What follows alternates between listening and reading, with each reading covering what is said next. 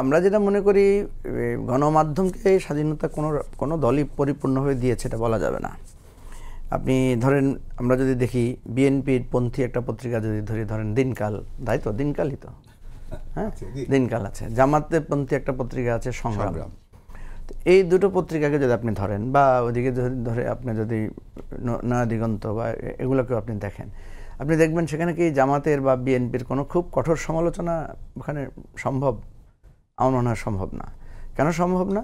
কারণ ওই পত্রিকাগুলোকেই এটা তার দলীয় পত্রিকা আকারেই সেগুলো তাদেরকে পারফর্ম করছে, নাম্বার 1। নাম্বার 2 হচ্ছে সকল আমলেই আমরা দেখেছি যে গণমাধ্যমের লোকদেরকে নানাভাবে আপনার ট্যাগিং করা হয়েছে যে সে আমাদের বিরোধী, সে ভারতের দালাল বা ইত্যাদি ইত্যাদি। আবার অন্যদিকে গণমাধ্যম কর্মীদেরও ভয়ানক রকমের দলবাজি আছে, ঠিক আছে? আমার মনে আছে মির্জা ফখরুল ইসলাম আলমগীর সাহেবের কাছে একবার আমি একজন সাংবাদিক নেতার সাথে গিয়েছিলাম।